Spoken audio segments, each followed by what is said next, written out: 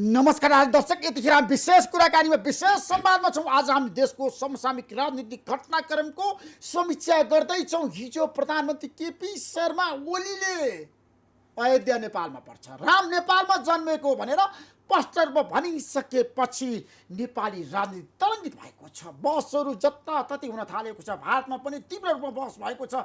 नेपालमा पनि शीर्ष नेताले आपत्ति प्रकट गरिरहेका छन्। यस्तो अवस्थामा अब नेपालको राजनीति कता जाला त? के होला त? प्रधानमन्त्रीले यो अभिव्यक्ति किन दिनुभयो त? आजको कार्यक्रममा हामी यसबारेमा विशेष समीक्षा गर्दैछौँ। हाम्रो बीचमा राजनीति विश्लेषक, तपाईँहरू सबैले चिनेको जानेको व्यक्तित्व भरत दाहाल हुन्छ। तपाईँलाई म यो विशेष संवादमा स्वागत गर्न चाहन्छु। धन्यवाद। भरतजी, के छ? देशको राजनीति कता जाला? प्रधानमन्त्रीको हिजोको अभिव्यक्तिलाई कसरी लिनुहुन्छ तपाईँ? सही कि गलत? होइन, सही र गलत भन्दा पनि जस्तो उहाँले हिजो त्यो अयोध्याको विषयमा जो कुरो भन्नुभयो त्यसका पछाडिको नियत चाहिँ मैले राम्रो देख्दिनँ। नियत चाहिँ उहाँको एकदमै नै राम्रो हो। जस्तो मोदीको विरोध गरेर चाहिँ राष्ट्रवादी बन्न खोज्ने अथवा चाहिँ तपाईँको के अरे यो सङ्कटलाई झन् चाहिँ बल्झाउने, होइन, जो इन्डियासँग दूरी बढिरहेछ नि, अब त्यसलाई बल्झाउने आदि इत्यादि मैले देख्छु। तर एउटा चाहिँ अर्को पाटो मैले हेरेँ के हो भन्छ भने जस्तो अयोध्या हो कि चाहिँ रामको जन्मभूमि नेपाल हो अथवा अन्त हो भन्ने कुरा यो अलिकति के अरे चाहिँ तपाईँको एउटा अध्ययन अनुसन्धान गरेर लान सकिन्थ्यो। मलाई पनि लाग्छ अयोध्या नै हो भन्ने पनि आधार छैन। पौराणिक कथाका कुराहरू हुन्, अब त्यो प्रमाणित पनि छैन। जस्तो मलाई एक दुईवटा चाहिँ यिनी कुराहरूको पछाडि एउटा जो तार्किकता छ नि, त्यो तार्किकतालाई उहाँले धेरै कमजोर पार्नुभयो। जस्तो रामको बाउ दशरथले चाहिँ श्रवण कुमारलाई मारेको ठाउँ नेपाल छ। अब चाहिँ वाल्मीकिले रामसँग सीतालाई भेटाएको ठाउँ देवघाट छ। यस्ता धेरै कुराहरू छन्। त्यो हिसाबले नेपालै पनि हुन सक्ला अथवा चाहिँ अयोध्या र नेपाल नभएर अन्त कुनै पनि हुन सक्ला। त्यो धेरै पुरानो कुरा भयो, अनुसन्धानको कुरा भयो। अब त्यसलाई जुन लग्ने तरिका हो नि, त्यो तरिका छोडिकन उहाँले एउटा प्रधानमन्त्रीको उसमा बसेर जो कुरा गर्नुभयो यसका पछाडि पोलिटिकल राजनीतिक नियत हो मैले बुझेको। जस्तो पोलिटिकल नियत हो भनेर तपाईँले भनिरहँदाखेरि प्रधानमन्त्री केपी शर्मा ओलीको भारतसँग राम्रो सम्बन्ध छैन, सबैलाई थाहा छ। मोदीसँगको अहिले संवाद हुन सकेको छैन, लामो समय भइसक्यो। संवादहीनता छ नेपाल भारत सम्बन्धमा। प्रधानमन्त्री भन्नुभएको छ जस्तो राम विवाह गर्नको लागि, सीतालाई लिनको लागि जसरी जनकपुर आउनुभयो नि त, त्यतिखेर न यातायात थियो, न टेलिफोन थियो, केही पनि थिएन। त्यसैले राम नेपालमै जन्मेको हुनसक्छ, अयोध्या नेपालमै पर्छ र वीरगञ्जको पश्चिम थोरीमा पर्छ। प्रधानमन्त्रीको तर्क होइन। जस्तो उहाँको तर्कमा जस्तो अहिलेको चाहिँ आँखाबाट हेर्दाखेरि हाम्रो युग हाम्रो प्रविधि हेर्दाखेरि तिनीहरू कुरा तार्किक भन्न सकिएला। तर यो पृथ्वीमा चाहिँ तपाईँको अत्यन्तै सभ्यताका चाहिँ उन्नत युगहरू पनि थिए, होइन। ऊ बेला यो विकास थिएन, यस्तो विकास थिएन भन्ने कुरा होइन। जस्तो अब तपाईँको के अरे चाहिँ इन्डियाबाट चाहिँ श्रीलङ्कामा लड्न चाहिँ त्यो सेना रामको कसरी गयो, होइन, बिचमा समुद्र छ आदि इत्यादि धेरै कुराहरू उठ्छन्। त्यस कारणले त्यो युगमा विकास थिएन भन्ने कुरा होइन। त मैले भने नि मैले के भन्न खोजेको भन्दाखेरि जस्तो होला, जस्तो चाहिँ अयोध्या पनि जुन सहरको नाम राखिएको छ त्यो नाम पनि अङ्ग्रेजहरूको पालामा राखेको नाम हो। त्योभन्दा पहिले त्यसलाई अयोध्या भनिँदैन थियो, होइन, अवध भनिन्थ्यो। त्योभन्दा पहिले धेरै अरू नामहरू थिए। मैले भने त्यस्ता खालका जस्तो सन्दर्भ, त्यो रामायणका सन्दर्भहरू हेर्दाखेरि, होइन, जस्तो मैले दशरथको कुरा गरेँ, अब राम र सीतालाई त्यो वनवास पठाएला भेटाएको कुरो गरेँ, यस्ता कुराहरू धेरै छन्। तर यिनी प्रामाणिक त होइनन् कुनै पनि कुराहरू। न अयोध्या पनि प्रामाणिक हो, न यो प्रामाणिक हो। त्यस कारणले मैले के भन्न खोजेको हुन्छ भने यो राजनीतिक चाहिँ तपाईँको अभिष्टबाट आयो उहाँको कुरो अहिले। र अब मैले देखेको के हो भन्छ भने जस्तो उहाँले उठाउनु पर्ने अरू कुराहरू थिए। जस्तो यो पनि मैले नाजायज किन देख्छु भन्छ भने अघि यो प्रधानमन्त्री हुने बित्तिकै होइन, उहाँले चाहिँ जनकपुरबाट अयोध्यासम्म चाहिँ के अरे मोदी र ओलीसँगै बसेर बस लाइन जोड्ने उद्घाटन गर्ने, बसको चाहिँ उद्घाटन गरे हो नि त। अब कुन जनकपुरबाट अयोध्यासम्म जाने बसको उद्घाटन त संयुक्त रूपमा एउटै पोसाक लाएर तपाईँले हेर्नु पनि जनकपुर एउटै पोसाक लाएर उहाँले उद्घाटन गर्नुभयो, होइन। उहाँले के बुझेर गर्नुभयो? त्यस कारणले त्यो घटना मात्रै हेर्दाखेरि पनि अहिले उहाँको बोली पोलिटिकल स्टन्टबाजी हो भन्ने म कुनै दुविधा रहन्न। त्यस कारणले गर्दाखेरि मलाई के लाग्छ भन्छ भने एउटा छलफल हुन सक्ने विषयलाई पनि उहाँले जसरी चाहिँ हल्का बनाएर एउटा राजनीतिक चाहिँ तपाईँको इस्यु बनाएर लग्न खोज्नुभयो नि, यो चाहिँ तपाईँको उहाँको त्यो पछाडिको नियत र प्रवृत्ति चाहिँ ठिक होइन। अब तपाईँले हेर्नु भएको छ, राम्रोसँग अध्ययन पनि गर्नुभएको छ। केपी शर्मा ओली प्रधानमन्त्री भइसकेपछि दोस्रो पटक भारत भ्रमण पनि जानुभयो, मोदीसँग पनि संवाद गर्नुभयो र 2 पटक भारत भ्रमण जानुभयो ओली। त्यसपछि मोदी पनि 2 पटक नेपाल आउनुभयो। इतिहास शास्त्री चाहिँ तपाईँले राम्रोसँग अध्ययन गर्नुभएको छ। नेपाल भारत सम्बन्धको कुरा गर्दाखेरि यसका इतिवृत्तान्तहरू धेरै पाटाहरू छन् वरदालजी। तर प्रधानमन्त्रीको पछिल्लो अभिव्यक्ति के छ भन्दाखेरि उहाँले भन्नुभयो मेरो सरकार ढाल्न भारत लागेको छ, भारतीय राजदूतहरूको चलखेल बढेको छ। नयाँ दिल्लीमा पनि यहाँ पनि भारतीय नेताहरूको अथवा एजेन्सीहरूको र नेपालका नेताहरू प्रचण्ड माधव उहाँ नेपाललाई भेटेर मलाई ढाल्नको लागि गोप्य कोठामा षड्यन्त्र गरिरहनु भएको छ। प्रधानमन्त्रीले स्पष्ट भन्नुभयो। तपाईँलाई के लाग्छ? होइन, त्यो जस्तो मलाई के लाग्छ भन्छ भने जस्तो उहाँले त्यो मोदी नेपालमा आएर फर्केपछि उहाँले स्पष्ट शब्दमा भन्नुभएको थियो अब भारतसँग हाम्रो कुनै पनि अन्तर्विरोध छैन, मतभेदहरू छैन, सबै चाहिँ तपाईँको समाप्त भए। अनि त्यसपछि उहाँले अरुण पनि तपाईँको दिनुभयो, अरुण नदी पनि सम्झौता भयो, उद्घाटनहरू भए, सारा चिज भए। अहिले उहाँले जो कुरा गर्दै हुन्छ नि मैले भने नि अब यस्तो कस्तो हुन्छ भने जस्तो अब सत्तामा बस्ने मान्छेहरूलाई कसको चाहिँ चाकरी गर्दाखेरि बढी चाहिँ फाइदा हुन्छ भन्ने हिसाबले बोल्ने एउटा प्रवृत्ति छ होइन। जस्तो केपी ओलीमा मैले चाहिँ भारतीय सत्ता विरोधी जो हामीले बुझ्छौँ नि, मोदी मात्रै नभने सत्ता विरोधी जो चाहिँ तपाईँको यहाँ चाहिँ स्टन्टबाजी हुन्छ नि, यिनी सबै मान्छेहरू कुनै न कुनैबाट त्यहीबाट परिजात भए, उनीको खाए, उनीको आशीर्वादमा सत्तामा अहिलेसम्म गएका हुन् होइन। ओलीदेखि लिएर तपाईँको प्रचण्डकै कुरा गर्नुहोस्, माधव नेपालकै कुरा गर्नुहोस्, अरूका पनि कुरा गर्नुहोस्, हिजोसम्म त तपाईँको सारा व्यवस्था पनि इन्डियाले गर्थ्यो भनेर चाहिँ यिनी आफै भनिरहेका थिए।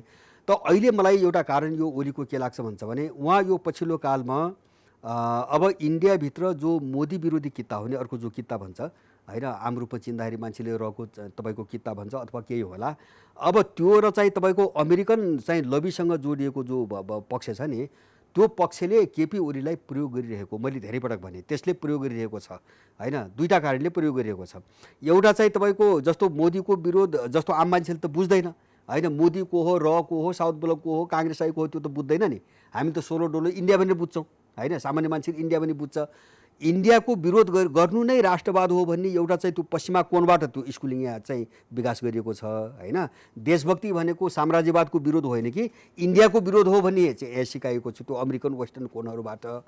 त्यस कारणले उसले चाहिँ दुई कोणबाट यहाँ केपीलाई परिचालन गरे जस्तो बुझ्छु। एउटा चाहिँ यो एमसिसी अगाडि बढाउने योजना हो होइन। जस्तो अघिल्लो चुनावमा पनि जस्तो तपाईँले हेर्नुभयो नाकाबन्दीमा त्यो केपीको पोस्टर त मोदी आउँदाखेरि त तपाईँको के अरे चाहिँ तपाईँको 180 डिग्री उल्टियो। मोदी यहाँ आउँदाखेरि 180 डिग्री उल्ट्यो।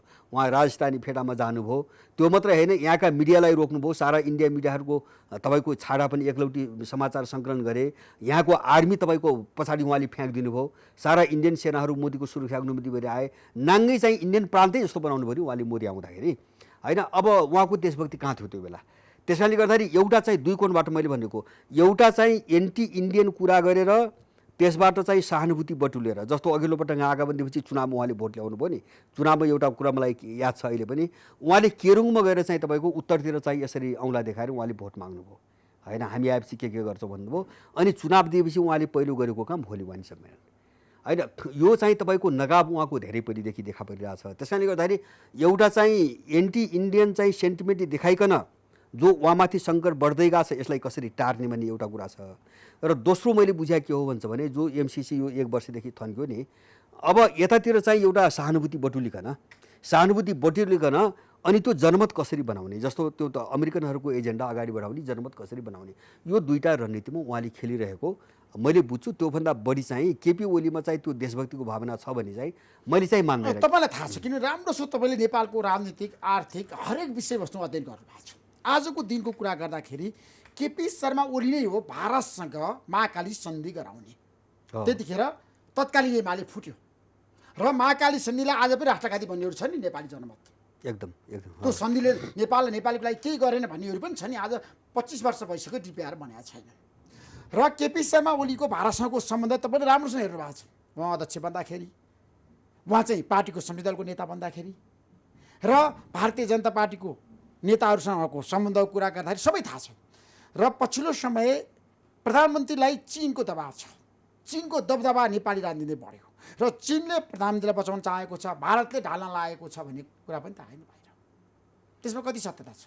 होइन, यस्तो हो जस्तो उहाँको एउटा मैले तपाईँले अलिकति उठाएको रूपमा प्रश्न पारिदिउँ। जस्तो केपी ओलीको महाकाली सन्धि मात्रै होइन, महाकाली सन्धिले नै चाहिँ लिम्पियाधुरा कालापानी लिपुलेक चाहिँ हाम्रो हो भन्ने आधार बनायो। त्यसपछि मात्रै इन्डियन दूतावास बोलेको छ 54 सालमा महाकाली सन्धिपछि। 54 सालभन्दा अगाडि इन्डियनहरूले त्यो भूभाग आफ्नो भनेका थिएनन्। किन महाकाली सन्धिमा काली नदीको मुहान नखुलाइकन यिनीहरूले सम्झौता गरे र अहिलेसम्म डिपिआर बनेको छैन। अब दोस्रो चाहिँ तपाईँको पाटो के हो भन्छ भने एउटा उद्वेग लाग्दो मैले केही मिडियामा पनि उठाएँ, उहाँको छत्रछाया कब्जामा रहेको जो मदन भण्डारी फाउन्डेसन छ नि त्यसको टोटल पैसा इन्डियाबाट आएको पैसा छ।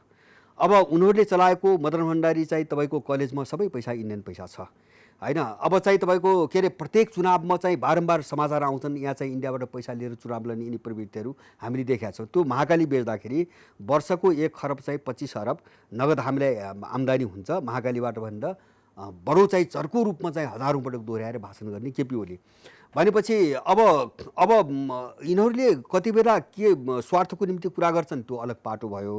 अब मैले लाग्छ यो भर पर्यो भने हामी फस्छौँ, फेरि पनि फस्छौँ, फेरि यो अन्तर्राष्ट्रियको खेलमा फस्छौँ हामी। अब एउटा स्वाभाविक तपाईँले उठाएको के हो भन्छ भने केपी ओलीले अहिलेको इन्डियन सत्ता को विरोध कारण जेसुकै होस्, मैले दुईवटा कारण देख्छु। पहिले भने अब त्यसको विरोध गरिरहेको हुनाले अब केपीलाई चाहिँ तपाईँको ढालेर अर्को समर्थन गराउनु, अर्को सरकार ल्याउनु पर्छ भन्ने इन्डियनहरूको स्वाभाविक रूपमा हुने भयो उनको आफ्नो मनको कुरो। अब त्यो चाहिँ छलफलको बहसै कुरो केही भएन। अब चिनियाहरूको मैले कस्तो बुझ्छु भन्छ भने नेपालमा अहिले अस्थिरता जुन ढङ्गले आउनु खोजिरहेको, पहिलो त यो अस्थिरता ल्याउने प्रयास केपीबाटै छ। केपीबाटै मैले भने जस्तो उहाँको अध्यादेश अघिल्लो पटक आयो, फेरि पनि त्यो प्रयास जारी छ। अध्यादेश ल्याउने, संसद विघटन गर्ने, सङ्कटकाल लगाउने, उहाँले सेनापतिसँग पटक पटक भेटिराख्नु भएको छ। राष्ट्रपतिसँग चाहिँ कहिले त दिनै चाहिँ गएर भेट्नुहुन्छ भनेपछि राम्रो सम्बन्ध छ होइन, उहाँले भेट्नु नै भयो होइन, भेटेको कुरो पनि आयो भनेपछि यो सबै गृहकाली उहाँले गरिराख्नु भएको छ। त्यस कारणले पहिलो कुरो सङ्कटको पहिलो कारक चाहिँ केपी ओली अब नेपालमा सङ्कटको पहिलो कारक। दोस्रो के हो भन्छ भने अब केपी ओलीसँग अहिले चाहिँ इन्डियन सत्तामा रहेका केही मान्छेहरूको जो टक्राउ आयो त्यो टक्राउको कारणले उनले पनि सरकार गिराउने प्रयास गर्न सक्छन्। उनको आफ्नो स्वार्थको कोणबाट यो अघि नबढोस् भनेर त्यो गर्न सक्छन्, त्यो सम्भव हुनसक्छ। अब तर चाहिँ इन्डियनहरूले सरकार जस्तो इन्डियनहरूले अथवा चाहिँ अर्को कुनै विदेशीको कारणले हाम्रो देशको सरकार गिर्न हुन्न, हामी त्यस्तो औकात गर्न त म त सक्दिनँ होइन। केपी ओलीलाई इन्डियनले गिराउन् अथवा चाहिँ चिनियाहरूले थाम दिउन् अथवा चाहिँ अर्काले चाहिँ राजदूत खुलुम खुला जानुभयो त शीर्ष नेतालाई भेट्नुभयो, प्रचण्ड माधवमा नेपाल झलनाथ खनाल राष्ट्रपतिलाई भेटेर भन्नुभयो जसरी पनि केपी शर्मा ओलीलाई बचाउनु पर्छ, उहाँको सरकारलाई निरन्तरता दिनुपर्छ, तपाईँले पार्टी नफुटाउनुहोस् भनेर त भन्नुभयो नि त प्रश्न नै भने होलान्। अब बाहिर आएको चाहिँ उनीहरूले त्यसरी चाहिँ यो विषयमा कुराकानी गरेको त स्वीकार गरेका छैनन् भने होलान्, मलाई पनि लाग्छ त गएर भेटिसकेपछि यस्तो बेलामा भने होलान्। तर उनको एउटा के बुझ्छु भन्छ भने जस्तो यहाँ बाहिर आएको चाहिँ प्रचार भन्दा जस्तो सूक्ष्म व्यवस्थापन गर्न थाल्यो आदि इत्यादि कुराहरू आएको छ होला, भोलि गर्दै पनि जाला। किन भन्छ भने नेपाल त एउटा भूराजनीतिक तपाईँको खेलमैदान भयो विदेशीहरूको सबै बाहिर शक्तिहरूको। अब नेपाल भनेर धेरैले भन्न थाले होइन भन्दै बनि त पुरै बनिसक्यो। यहाँ त यहाँका आन्तरिक फ्याक्टरको त कामै छैन, कुनै भूमिकै छैन। त्यस कारणले त्यस्तो जस्तो अस्थिरता आयो भने जस्तो केपी ओलीले के गरिरहेछ अहिलेसम्म के गरिरहेछन् त्यो त चिनियाहरूले त बुझ्या होलान् नि। जस्तो एमसिसीबाटै कुरो बुझ्या होलान्, होली वाइन सम्मेलनबाट कुरो बुझ्या होलान्, अमेरिकनहरूलाई चाहिँ अनएराइबल भिसाको म्याद बढा होलान्, तिब्बतीका कार्यक्रममा चाहिँ ब्रिटिस र चाहिँ अमेरिकन राजदूतहरू पठाएको बुझ्या होलान्, बुझ्या छन् कता काम गरिरहेका छन् बुझ्या छन्। तर उनको एउटा इन्ट्रेस्ट मैले के बुझ्छु भन्छ भने नेपाल फेरि अर्को अराजकता गयो, जस्तो सरकार ढल्यो। अब त्यसपछि यहाँ गठबन्धनको अब मोलमोलाई सुरु हुन्छ होइन, यहाँ त मान्छे किन्न सुरु हुन्छ। अब तैँले यो काम गर म चाहिँ मन्त्री बनाइन्छु आदि इत्यादि सबैले त्यही भन्यो विदेशीले। त्यो अवस्था आयो भने हामीलाई पनि समस्या पर्छ भन्ने उनको होला चिनियाहरूले। त्यो कारणले तिमीहरू मिल अहिले फुट्न हुँदैन भने होलान्। अब त्योभन्दा बढी चाहिँ इन्ट्रेस्ट जस्तो बाहिर भन्छ नि तपाईँको जस्तो इन्डियन मिडियामा देख्छु, यहाँका केही मान्छेहरू पनि देख्छु केपीको सुरक्षाको निम्ति चिनिया पक्ष चाहिँ जिउ ज्यान छोडेर लागेको छ भन्ने कुरो त्यो चाहिँ मलाई चाहिँ विश्वास लाग्दैन। तर उनीहरूले आफ्नो इन्ट्रेस्टको समर्थन होला तर सरकार बचाउन चिन लागेको छ भने तपाईँलाई होइन मलाई के विश्वास भन्छ भने चिनियाहरूले सरकार बचाएर केपी ओलीले मान्दैनन्। मैले प्रश्न बुझेको होइन, एउटा मिसनमा छन् होला, अहिले थामथुम होला। जस्तो चाहिँ समीकरण अलिकति वातावरण बनाउनको निम्ति समीकरण आफ्नो पक्षमा कमजोर छ। मैले भने हो अल्पमतमा परेकै कारणले रोकिएको, मैले चिनिया दबावले चाहिँ उनको सुझावले रोकिएको मलाई चाहिँ लाग्दैन मेरो तर्फबाट होइन। केपी ओली एउटा मिसनमा छन् होइन। जस्तो हिजो पनि कुरो आयो नि, अघिल्लो पटक अध्यादेश ल्याउँदाखेरि पनि शेरबहादुरसँग छलफल भएको होइन, अहिले पनि त छलफल भएको र उनीहरू दुवैजनाले एकअर्कासँग वार्ता गरेको निम्ति मान्छे पनि खटाएका छन्, लागेका छन्, आफ्ना दूत पनि नियुक्त गरेका छन्। अब यो सबै मिसनमा त केपी ओली छन् नि, त्यो थाहा छ नि। त मिसनमै जब काम गरिरहेछन् भने चिनियाहरूको कुरो उनले किन खाने होइन। त्यस कारणले मलाई मात्रै के लाग्छ भन्छ भने जस्तो बैठक लम्बिँदै गएको छ नि, बैठक लम्बिँदै जानुका पछाडि मात्रै दुईवटा कारण मैले बुझ्छु। एउटा केपी ओलीलाई चाहिँ अब आफूले सोचेको दिशामा जानको निम्ति कुनै निमित्त कारण अगाडि आउनु पर्यो होइन न्यु खोजेर चाहिँ आफै एक्सपोज हुने गरी त गाह्रो छ नि, निमित्त कारण कुनै देखिनु पर्यो। अब त्यसपछि उनी त्यो प्रक्रियामा हात हाल्छन्। या भने के हुनु पर्यो भन्छ भने जस्तो अध्यादेश मार्फत पनि फेरि दलहरू विभाजन गर्ने अध्यादेश ल्याएपछि पनि त्यसले बनाउने समीकरण त केपीको नेतृत्वमा फेरि सरकार बन्ने हुनु पर्यो। त यो दुईटै कुरा भएन भने त केपीले हात हाल्छन् फेरि उनकै विनाश हुन्छ। जस्तो चाहिँ आउने सबै तङ्गभङ्ग बनाउने उनको सरकार पनि नबन्ने होइन, अनि चाहिँ उनले सोचेको काम पनि अगाडि नहुने भएपछि त उनले फस्छन्। त्यस कारणले त्यो तयारीको निम्ति जो अवकाश चाहिन्छ नि समय, त्यसको निम्ति बैठक लम्बिएको हो मैले बुझेको। स्थायी समितिको बैठक लम्बिनुको कारण केपी शर्मा ओली कता जाँदाखेरि सुरक्षित हुन सक्नुहुन्छ, बस त्यसको रणनीति त्यो समीकरणको चित्र क्लियर छैन, एकदम चाहियो होइन। उनको प्रधानमन्त्री गुम्नु भएन, पार्टी त अर्को बनाउला उनले, त्यसको निम्ति अध्यादेश ल्याए र अब चाहिँ त्यसपछि पनि त राजनीतिक भविष्य त सुरक्षित हुनु पर्यो नि। हो त्यसको तस्बिर क्लियर नभइकन नहुनाको कारणले यो अड्केको बैठक सरेको हो। मलाई लाग्छ यो स्पष्ट हुन्थ्यो भने केपी ओलीले न चाइनिजका कुरा सुन्छन्, न चाहिँ यहाँ जनमतका कुरा सुन्छन्, न पार्टीभित्र कसैका कुरा सुन्छन्। अब नेपाली राजनीतिमा के होला त, को होला? केपी शर्मा ओलीको नेतृत्व सरकार नै सङ्घीय लोकतान्त्रिक गणतन्त्र नेपालको अन्तिम सरकार हुन सक्छ? तपाईँलाई के लाग्छ? होइन, मेरो बुझाइ के हो, मेरो आफ्नो विश्लेषण जस्तो सबै घटनाक्रमहरू हेर्दाखेरि जस्तो यो प्रक्रिया यो सिस्टम जहाँसम्म आयो नि अहिले, अब जनमत के अब सत्तामा बस्ने त्यस्तै गरेपछि जनमत त्यस्तै बन्ने भयो, जनमतको भावना, त्यसपछि यो सिस्टमको एउटा प्रत्युत्पादक चाहिँ तपाईँको एउटा परिणामहरू होइन। देशमा यस्तै कोरोनाको महामारी छ, मान्छे विदेशबाट फर्किया छ, केही छैन, रोजगारी छैन, उत्पादन छैन होइन, विदेशीहरूको यत्रो खेल छ, नाङ्गो नाच छ, दलभित्र झगडा छ, लडाइँको त को प्रधानमन्त्री को चाहिँ तपाईँको पार्टी अध्यक्ष लडाइँ छ, जनताका मुद्दा कहीँ पनि छैन, मान्छे त आजित भइसक्यो नि। अब त्यस कारणले गर्दाखेरि मलाई लाग्छ दुईवटा कारण, एउटा चाहिँ तपाईँको यो सम्पूर्ण प्रक्रिया यो 63 साल यता जे देख्यो नि, यो सबैले पनि यो सिस्टमको जो बदनामी हो नि त्यो एउटा उत्कर्षमा पुगिसक्यो होइन। यो अगाडि जाँदैन, यसले ठेक्दैन पहिलो कुरा होइन, लोकप्रियताको कोणबाट पनि ठेक्दैन, आर्थिक रूपमा पनि ठेक्दैन, र अब यस खालको संस्कार पनि आएका मान्छेहरूमा होइन। यो विदेशीले थोपरेको एजेन्डा हो, यसको अनुकूल केही पनि छैन। अब नेपालमा धरापमा पर्यो, सङ्कटमा पर्यो सिस्टम होइन। यो मैले भन्छु, मैले बुझे के हुन्छ भने जस्तो तपाईँको गणतन्त्र भन्नुहोस्, धर्मनिरपेक्षता, त्यही लोकतन्त्र, संहिता होइन, जो बाहिरको मिसनमा आयो नि, सुन्नुहोस् है, मैले बाहिरको मिसन भनिरहेको छु, यो उनीहरूले यो मोडालिटीबाट प्रयोग गर्दाखेरि काम हुन्छ कि भनेर ल्याएको हो होइन। यसलाई त विदेशीले मुहाई खाएर त बच्दैन। जस्तो संहिता, धर्मनिरपेक्षता, गणतन्त्र वा चाहिँ लोकतन्त्र जेसुकै भनौँ, जब यसबाट उनको काम हुँदैन, गत्यावरोध हुन्छ भने उनले प्रयोग गर्न लागेको एजेन्डा चाहिँ उनले सिधाइदिन्छन् होइन, उनले अर्को अप्सन खोज्न सुरु गर्छन्। जस्तो मैले भने नि केपी ओली मार्फत के गरे, अब सङ्कटकालको विकल्प खोजे, सङ्कटकालको विकल्प खोज्यो नि त, त्यो खोज्या त उनले हो नि, केपी ओली त होइन नि। केपी ओलीको प्रधानमन्त्री पदमाथि कसले चुनौती दिएको थियो ल भन्नुहोस् न? पार्टीमा कसैले त छोड अब त हटाउँछ त भनेको थिएन नि त। उनले त पार्टीका निर्णय मान्दै नमानी जबरजस्ती गर्न थालेपछि विवाद उठ्यो। त्यस कारणले गर्दाखेरि अब उनीहरूले हिजो चाहिँ जस्तो कुनै कालखण्डमा बहुदलको नाममा चाहिँ खेले विदेशीहरू, तिनी एजेन्डामा खेले, अब अहिले 63 पछि एक थरी एजेन्डामा खेले। अब मैले भने नि अहिले के भयो भन्छ भने गत्यावरोध भयो। सुन्नुहोस् है, जस्तो इन्डियनहरूको भूमिका पनि खुम्चिँदै गयो होइन, जस्तो तपाईँले चिनिया प्रसङ्ग उठाउनु भयो नि होइन। अब जस्तो अन्तर्राष्ट्रिय राजनीतिमा त चीन र अमेरिका त फ्रन्टमा आए होइन, कन्फ्रन्टेसन त उनको सुरु भयो अब सामुन्यमा चारैतिर। त्यस कारणले अब त्यसले त इन्डियनलाई गौण बनाउँदै गयो उनको भूमिकालाई। अब त्यसपछि चाहिँ अमेरिकनहरूको पनि यत्रो लगानी गरिकन सारा चाहिँ एमसिसीएफसम्म आउँदाखेरि यो अगाडि नबढेपछि गत्यावरोध त उनका पनि आयो।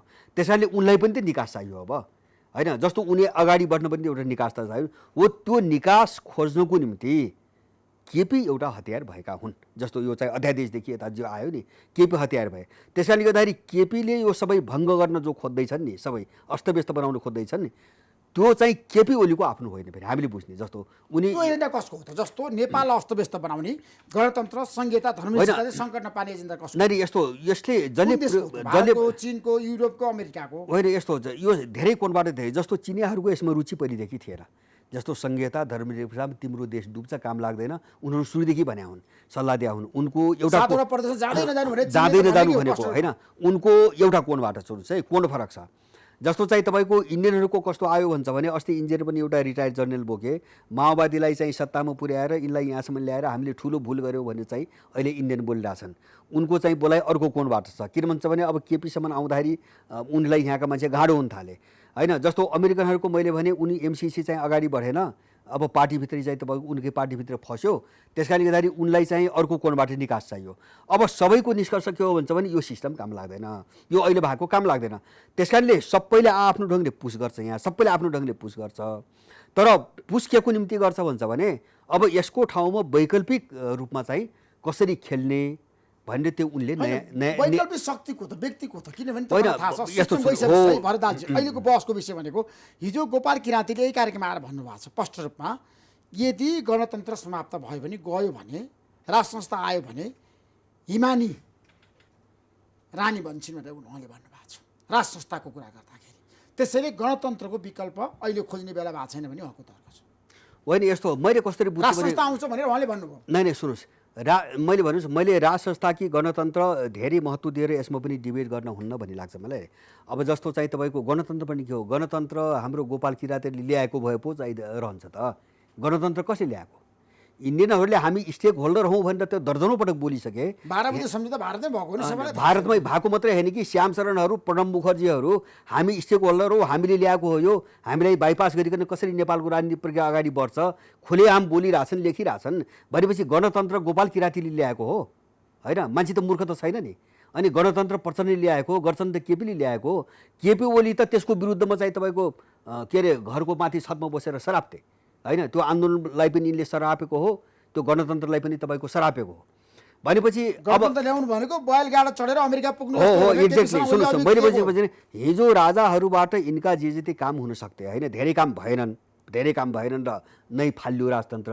अब काम त गरायो नि त, राजतन्त्र काम त गरायो नि होइन? खै त तिनी एजेन्डा तिनी एजेन्डामा विदेशी किन बसेन?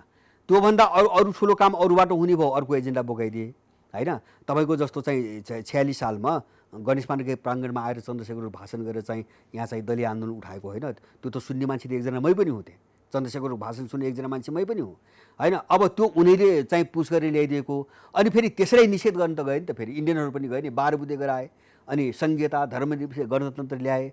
अब यसबाट हुन्न अर्को एजेन्डा बदल्छन् उनले, किन एजेन्डा उनका आफ्ना होइनन् क्या, उनका आफ्ना सिद्धान्त र आदर्शका कुरा भएनन्। नेपाललाई कुन एजेन्डाबाट प्रयोग गर्न सकिन्छ भन्ने कुरो भयो, यसबाट हुन्छ गर्ने, हुन्न भने अर्को। जस्तो हिमालयले ल्याउन सक्छन्, जस्तो चाहिँ यो गत्यावरोध यदि इन्डियनहरू फस्दै गयो अथवा अर्को कोही फस्दै गयो होइन, त्यहाँबाट चाहिँ अलिकति सजिलो हुन्छ भन्ने हो भने ल्याउलान् होइन? त्यो कुरो मैले भन्न खोजेको वैकल्पिक शक्तिको त मेरो प्रश्न त्यहाँनिर हो क्या तपाईँलाई। आजको दिनमा सिस्टम गइसकेपछि हो हो एउटा ठुलो समस्या त्यो हो। सुन्नुहोस्, ठुलो समस्या मैले देखेँ केपी ओली मेरो आफ्नो बुझाइमा यो सिस्टम है जसलाई चाहिँ यिनले लोकतन्त्र अथवा चाहिँ संहिता जे आदि इत्यादि नाम भनिरहेको छ नि, यसको केपी ओली चाहिँ अन्तिम शासक हो मैले बुझेको। योभन्दा अगाडि गणतन्त्रको अन्तिम प्रधानमन्त्री केपी शर्मा ओली। अब नै गणतन्त्र कि राजतन्त्र म त्यति टाढा जान चाहन्न। अब राजतन्त्र अहिलेको सिस्टमको कुरा हो, अहिलेको सिस्टम किनभने यो गणतन्त्रकै नाममा पनि रहन सक्छ अथवा चाहिँ तपाईँको राजतन्त्र अब आफ्नो कोणबाट कसैले चाहिँ ल्याउन पनि खोज्ला,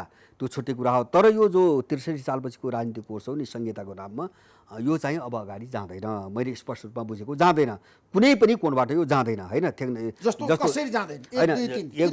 जनमतको कोणबाट जाँदैन। अब जनमत यसको पक्षमा छैन होइन? आर्थिक कोणबाट यो जाँदैन होइन? जुन देशमा चाहिँ तपाईँको बजेटभन्दा, देशको वार्षिक बजेटभन्दा विदेशी ऋण बढी छ, टोटल बजेटभन्दा विदेशी ऋण बढी छ, त्यो देशमा चाहिँ संहिता चल्छ। आर्थिक कोणबाट कसले चलाउने संहिता होइन? कहाँ छ पैसा, कहाँबाट आउँछ पैसा? र जुन देशको बजेटमा आन्तरिक स्रोतभन्दा बढी साधारण खर्च छ, तपाईँ बजेट हेर्नुहोस् यिनीहरूको, देशबाट उठ्ने टोटल जति चाहिँ आन्तरिक स्रोत छ नि त्योभन्दा बढ्ता यिनले खाएर सक्छन् तलब भत्ताको नाममा। त्यो देशमा चाहिँ के अरे संहिता चल्छ होइन? तपाईँको हजारौँ चाहिँ तपाईँको सरकार बनाएर चल्छ, यो कोणबाट पनि चल्दैन।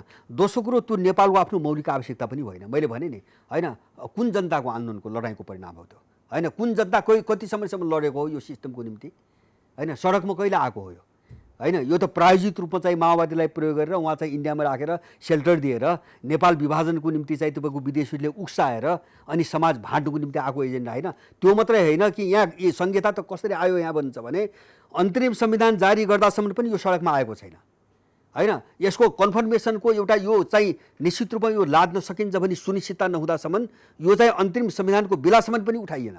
यो कुन बेला उठ्यो? जब अन्तरिम संविधानमा जन्मको आधारको नागरिकता ऐन जारी भयो नि, हो त्यसले तानेको हो संहितालाई।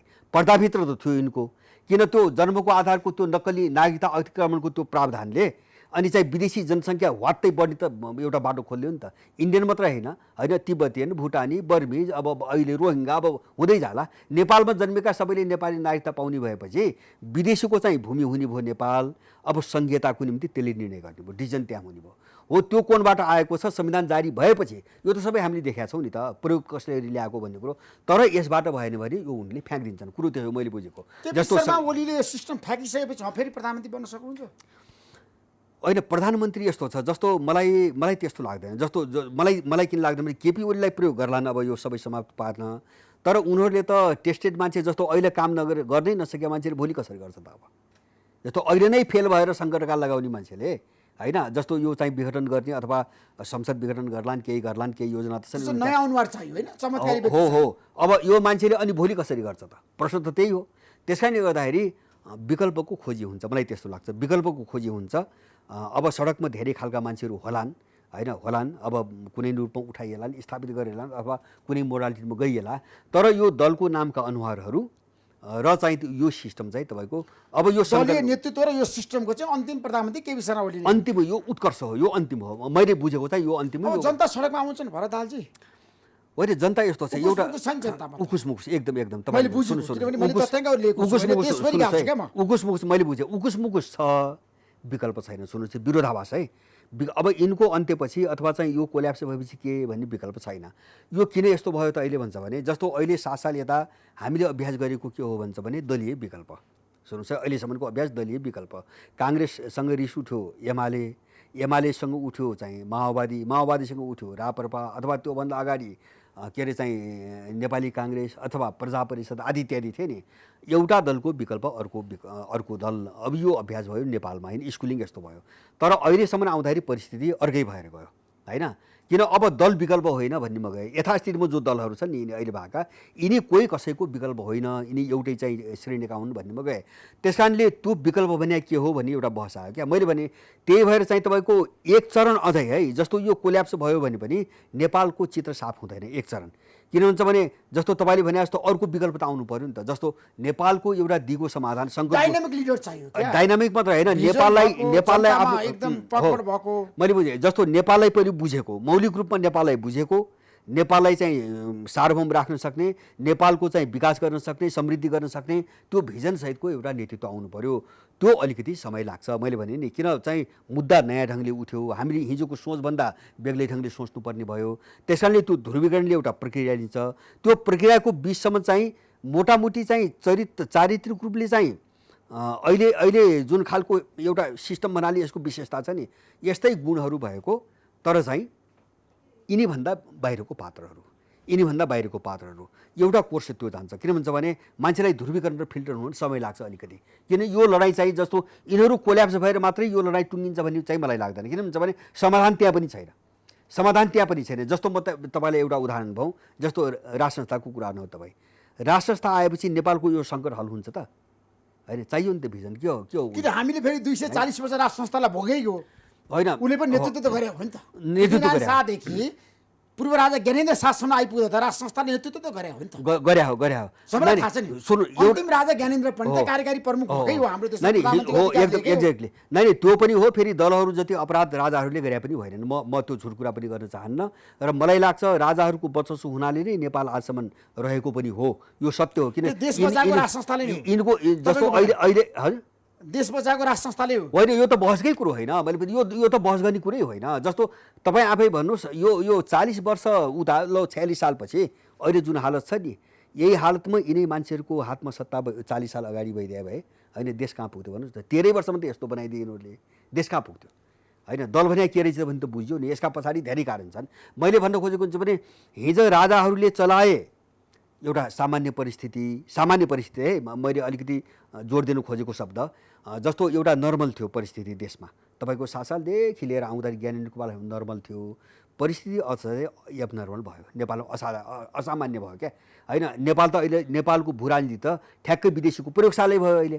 त्यस कारणले अब अहिले हिजो जुन भूमिका खेले नि राजाहरूले, त्यो भूमिकामा बसेर मैले महेन्द्रदेखि त्रिभुवनदेखि होइन ज्ञानेन्द्रसम्म आइपुग्दाखेरि भन्छु है म। अब वीरेन्द्र शाहले पनि त्यतिखेर वीरेन्द्र राजाले पनि राम्रो काम गरे हो लोकतन्त्रको पक्षमा प्रजातन्त्रको पक्षमा आफूलाई उभ्याएको पनि हो। 40 सालको जनआन्दोलनमा त म त त्यतिखेर 14 वर्षको उमेरमा जेल गएको मान्छे भरदालजी। मेरो तर्क कहाँनिर भन्दाखेरि अहिलेको अवस्थाको कुरा गर्दाखेरि राज संस्था नभएको भए नेपाल भन्ने देश रहन्थेन भने तपाईँको भनाइ आयो। राज संस्था नभएको भए र त्यसको साथसाथै अर्को म के जोड दिनुहुन्छ भने यिनै दलहरू त्यसको ठाउँमा यिनी दल रहेको भए नेपाल थिएन नै भनी बुझायो। जस्तो मैले जस्तो अहिले मैले के बुझेँ सबै इतिहास अध्ययन गर्दाखेरि 17 सालसम्म त नेपाल त इन्डियन प्रान्त थियो नि सबै व्यवहारमा सबै हेर्दाखेरि। नेपाल भन्ने तपाईँको मुद्रा नेपाली थिएन, शिक्षा नेपाली थिएन होइन, तपाईँको के अरे चाहिँ तपाईँको मिलिटरी नेपाली थिएन, राजाको सल्लाहकार नेपाली थिएन, अनि चाहिँ तपाईँको क्याबिनेटको बैठकमा इन्डियन बस्थ्यो होइन। अब इन्स्टिट्युसन केही पनि थिएनन्। एउटा जिल्लाबाट अर्को जिल्ला जाँदाखेरि इन्डिया भएर जानु पर्थ्यो होइन। प्रज्ञा प्रतिष्ठान थिएन, त्रिभुवन विश्वविद्यालय थिएन, राष्ट्रसङ्घको सदस्य थिएन, केही पनि थिएन नि नेपालमा। अनि यो सबै चिजबाट मुक्त गराएको त महेन्द्रले हो नि। र समाजको देशको सुधारको प्रक्रिया पनि ल महेन्द्र बाहेक म भन्छु महेन्द्रले देशमा उद्योग धन्दा जो यिनले बेची खाए नि पछाडि होइन, त्यसपछि यिनले कहाँ बनायो त देखाउनु त पऱ्यो नि त। महेन्द्रले काला पानी दियो भारतलाई, लिम्पियाधुरा दियो भनेर तर्क गर्नेहरू पनि यहाँ छन्। फेरि त्यो उनकै मान्छेले तर्क गर्छन्, उनले उकासेका मान्छेले गर्छन्। मैले धेरै पटक भनेको छु 9 सालबाट चाहिँ तपाईँको इन्डियन मिलिटरी नेपालमा आएको छ र मैले अस्ति तथ्य प्रमाणसहित इन्डियनहरूका डकुमेन्ट्सहरू राखेर अस्ति म बोलिसकेको छु। 15 सालको है एउटा 16 सालमा इन्डियनहरूले चाहिँ लखनऊबाट चाहिँ तपाईँको दिल्लीमा गरेको पत्राचार पनि मैले देखाएँ। 15 सालदेखि चाहिँ कालापानीमा चाहिँ उनले चाहिँ आफ्ना फौजहरू टिमहरू वर्षमा त्यो साट्ने गरेको चाहिँ सारा विवरणसहितको पत्र अस्ति मैले देखाएँ। त्यतिखेर बिपी कोइराला प्रधानमन्त्री बिपी कोइराला थिए, 15 सालमा बिपी थिए, 16 सालमा बिपी थिए होइन। महेन्द्रको पालामा त कालापानीमा आएको होइन नि त सेना होइन। यस्तो गलत 18 सालमा आएको होइन कालापानीमा एकदम बिल्कुल होइन, बिल्कुल झुट हो।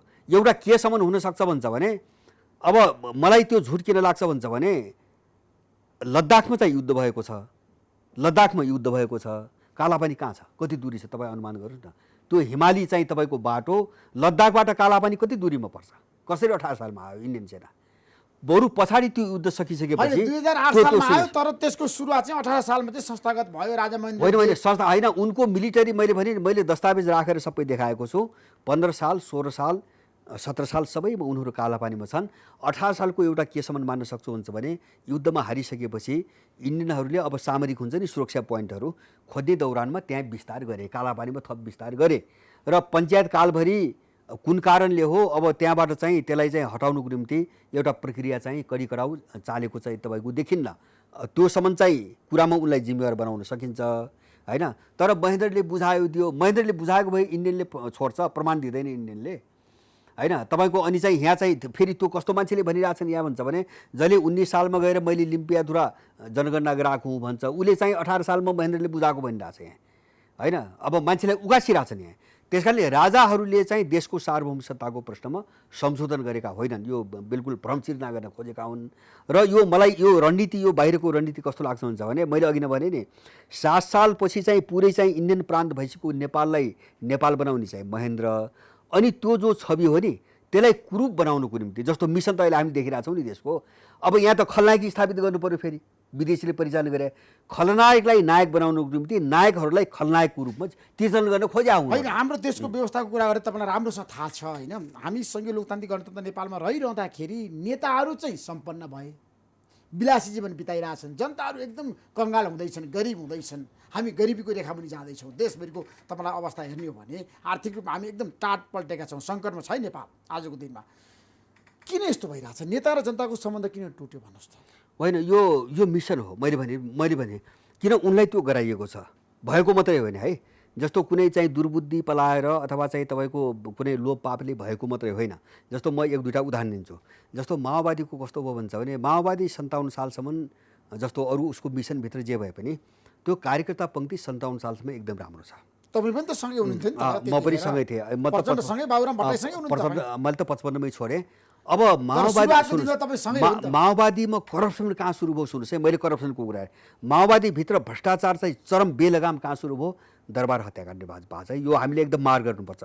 किन जस्तो दरबार हत्याकाण्डपछि विदेशीहरूले उनको ल्यान्डिङ प्रक्रिया सुरु गरे दरबार हत्याकाण्डपछि। किन बाधा त्यो थियो सुन्नुहोस् है। किन 46 सालमा त्यो इन्डियन डिजाइनलाई चाहिँ असफल पारेर बहुदलको सम्झौता गरेर घोषणा गरिदिएर उनले असफल बनाएको थिए। न त त्यहाँ त धेरै खेल्न खोजेको थियो आन्दोलनमा।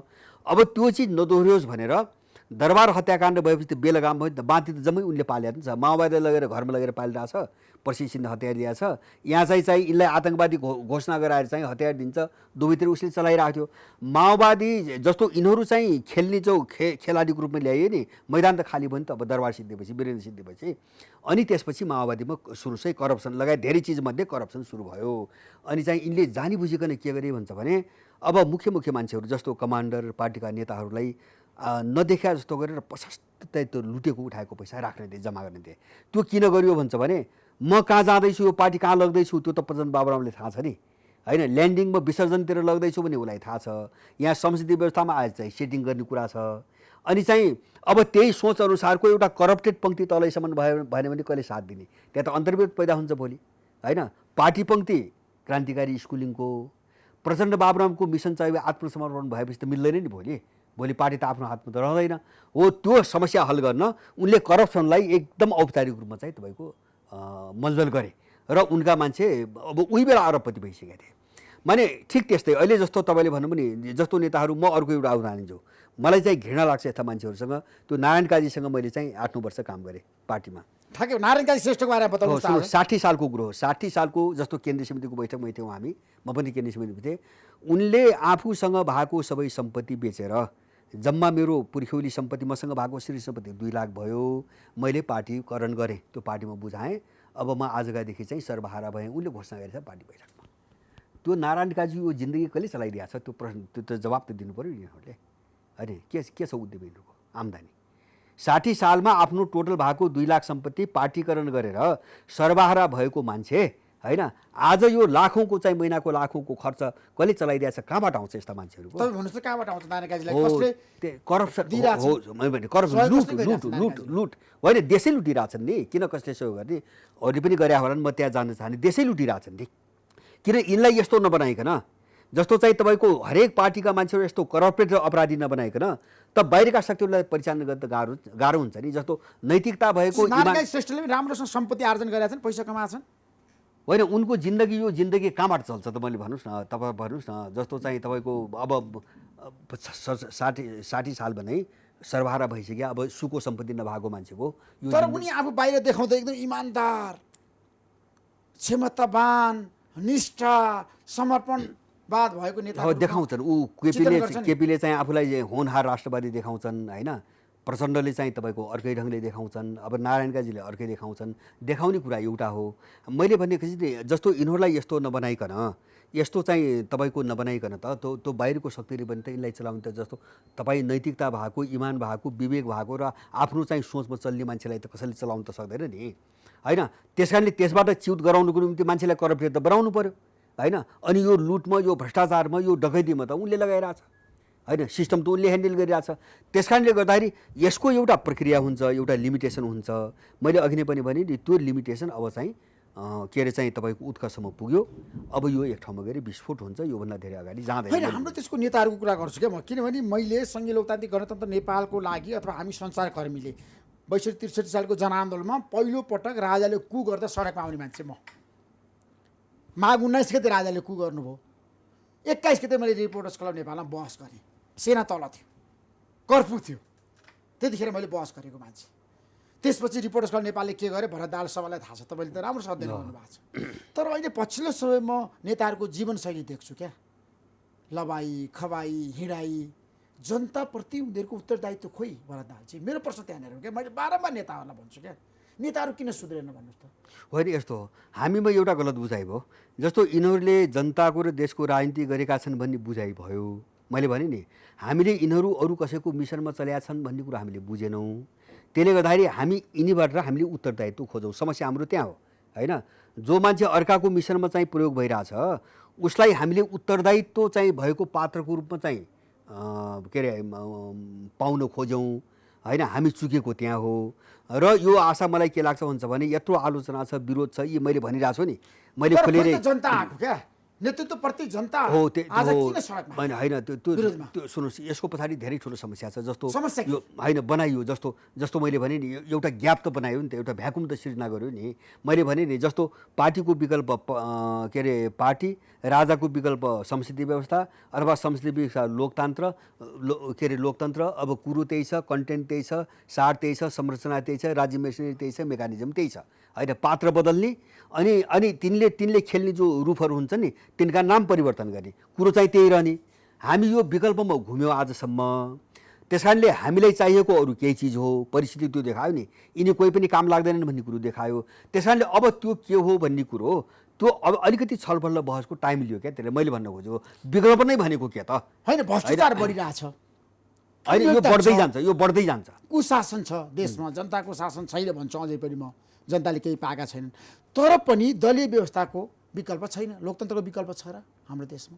होइन, विकल्प छ, विकल्प छ। त्यो के हो त लोकतन्त्र विकल्प? होइन, यस्तो छ लोकतन्त्र विकल्प, यो शब्दमा चाहिँ जस्तो अहिले लोकतन्त्र बहस पनि त सुरु भएको छ नि त। मैले बुझेँ। लोकतन्त्र उत्कृष्ट व्यवस्था हो, यसको विकल्प छैन। होइन, सुन्नुहोस्, विकल्प पनि को प्रजातन्त्रै हो। सुन्नुहोस् है, शब्द जे चयन गर्नुहोस्, जनताको शासन हो होइन विकल्प। त्योभन्दा बाहिरको विकल्प त म पनि अहिले बहस गर्दिनँ होइन। तर गणतन्त्रको विकल्पमा त हुनुहुन्छ नि आजको तर यो मोडालिटीको विकल्प छैन भन्ने कुरा होइन। मैले मोडालिटीको कुरा गरेँ, जुन मोडेलमा अभ्यास गरिएको छ नि, मोडालिटीको विकल्प खोज्नुपर्छ होइन, र यसको कन्टेन्ट र सारको विकल्प खोज्नुपर्छ।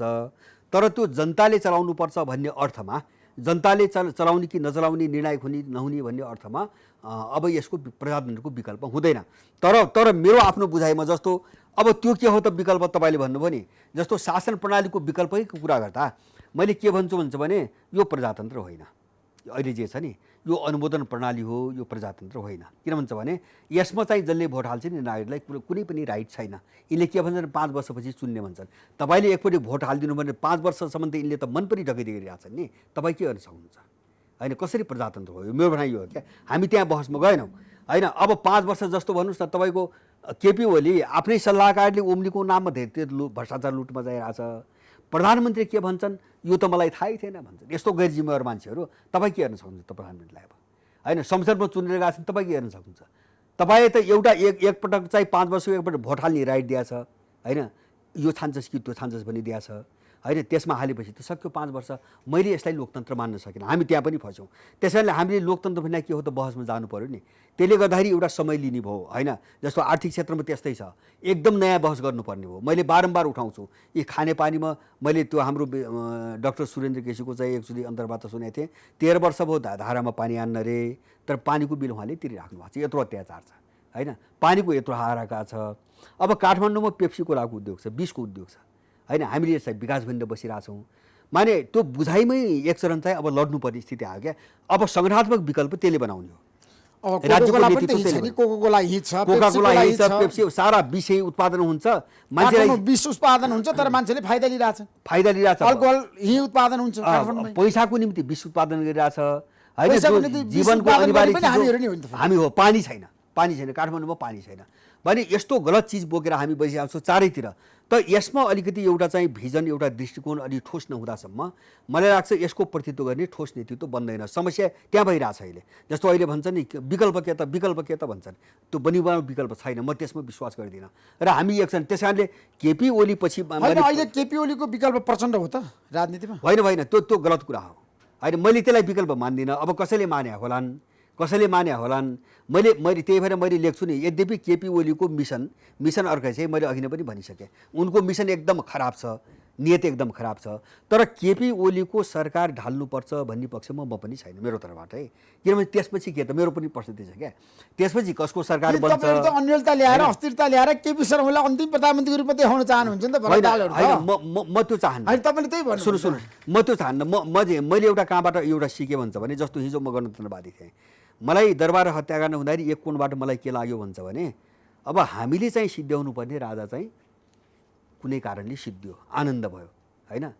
मेरो त्यो आनन्दले मेरो देश कहाँ पुग्यो भन्ने त अहिले मलाई देखायो नि त। किन त्यो दरबार त राज्यको पावर सेन्टर थियो, त्यो त मैले बुझिनँ।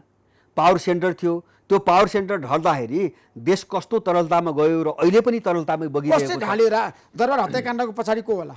त्यो त अब विदेशी लागे, यहाँका मान्छे प्रयोग गरे, अब त्यो के नबुझेको कुरा छ। अब विदेशी एउटा मिसनमा जस्तो मैले मिसन नेपाल जुन तस्बिरमा देख्दैछौ नि, नेपाललाई यही बनाउनुको निम्ति ढाले, तर त्यो रोक्ने एउटा तत्कालीन माओवादीले त दरबार हत्याकाण्डमा त पूर्व राजा ज्ञानेन्द्र र पारस शाहको संलग्नताको कुरा पनि गरेका थिए नि, तपाईँलाई थाहा छ त्यतिखेर? होइन गरेका थिए। अब त्यो बाबुराम भट्टराईले त आर्टिकलै लेख्नुभयो। अहिले लेखे होइन, त्यो गराइयो। किन भन्छ भने किन गराइयो त भन्छ भने जस्तो त्यो योजनाको कुरा गर्दा है, योजनाको तहमा कुरा गर्दा र त्यसलाई कार्यान्वयन गर्ने मान्छेको कुरा गर्दा मलाई के लाग्छ भन्छ भने ज्ञानेन्द्रले त्यो हत्याकाण्डको पहिलो कुरो त ज्ञानेन्द्रले त्यो ताकतले त्यो हत्याकाण्ड हुँदैन, म त्यो विश्वास गर्दिनँ। दोस्रो कुरो ज्ञानेन्द्रले त्यो हत्याकाण्ड सबै आफ्नो योजनामा गरे भए उनी फ्याँकिन्न थिए, कुनै विदेशी मिसनमा गरे भए पनि उनीबाट काम चलाउँथे नि, यिनलाई किन ल्याउनु पर्थ्यो होइन। तेस्रो कुरो के हो भन्छ भने उनले भने जस्तो हो भने चाहिँ गिरफ्तार गरेर जेल हाल्नु हुँदैन, सक्दैन उनीहरू गर्न होइन, त्यति आँट त गर्नु पऱ्यो नि उनीहरू। भनेपछि प्रयोग उनीहरू भए, मेरो बुझाइ त्यो हो, प्रयोग उनीहरू भए। त्यस कारणले अब उनलाई विदेशीले के गरायो भन्छ भने जहाँबाट त्यो घटना घटेको छ त्यसलाई चाहिँ डाइभर्ट गर्नुको निम्ति प्रचार अर्को गराइयो होइन। त्यो जस्तो अहिले पनि त्यो कुरा धेरै, जस्तो कोही दिपेनलाई दोष दिने मान्छे छन् नि, कोही दिपेनलाई दोष दिने छन्, कोही ज्ञान। ठ्याक्कै मलाई एउटा कुरो बताउनु जान्दा नेपाल कम्युनिस्ट पार्टीभित्र स्थायी समिति के होला? पार्टी फुट्ला कि सहमति होला? प्रचण्ड र ओलीको बिचमा कुरा मिल्ला कि नमिल्ला? होइन, मैले एउटा सुन्नुहोस् है, मैले एउटा कुरा भन्दै आएको छु। अब यसको यान्त्रिक बनिबना उत्तर भन्दा जस्तो केपी अघि हामीले भन्यौँ नि, केपी ओलीको अब यस पछाडिको जस्तो पार्टी विभाजन पछिको तस्बिर क्लियर हुने बित्तिकै यो चाहिँ ध्वस्त हुन्छ। नेपाल कम्युनिस्ट पार्टी ध्वस्त हुन्छ। मैले बारम्बार भनेको छु एउटा मिसनमा यो जुटाइएको हो होइन। अब त्यो मिसन पुरा भएपछि वा मिसन पुरा हुन नसकेपछि यो चाहिँ सिद्ध्याइन्छ। यो पार्टी नै सिद्धिन्छ। यो पनि प्रयोगथलो, यो पनि प्रयोगथलो हो। नेपाल कम्युनिस्ट पार्टी प्रयोगथलो हो, प्रयोगथलो, एकदम प्रयोगथलो हो। न त तपाईँ कसरी अनुमान गर्नुहोस् न, तपाईँको अब के अरे चाहिँ यो संसदको चुनावभन्दा अगाडि भएको चुनावमा चाहिँ काङ्ग्रेससँग रणनीतिक एकता, प्रचण्डको भाषा रणनीतिक एकता, यसको ठुलो दूरगामी महत्त्व छ। त्यो भनेको प्रचण्ड रातारात चाहिँ केपीसँग जोडिन्छ र सधैँभरि आतङ्कवादी चाहिँ मुखबाट झुन्डिने ओली चाहिँ प्रचण्डसँग टङ्गिन्छ भने उनलाई कसैले त्यहाँ चाहिँ टाँसिरहेछ भने त त्यसैबाट बुझिन्छ नि। त्यो जो मिसन भयो नि, त्यो मिसन जब चाहिँ तपाईँको बाङ्गुटिङ्गो भएर अगाडि जान्यो नि, अब यिनको एकताको औचित्य छैन, त्यहाँ लगेर यिनीहरू समाप्त पारिन्छन्। Thank you so much Bharat दालजी, धन्यवाद। महत्त्वपूर्ण समय दिनुभयो, तपाईँलाई म धेरै धेरै धन्यवाद दिन चाहन्छु। हस् त, नमस्कार। धन्यवाद, नमस्कार।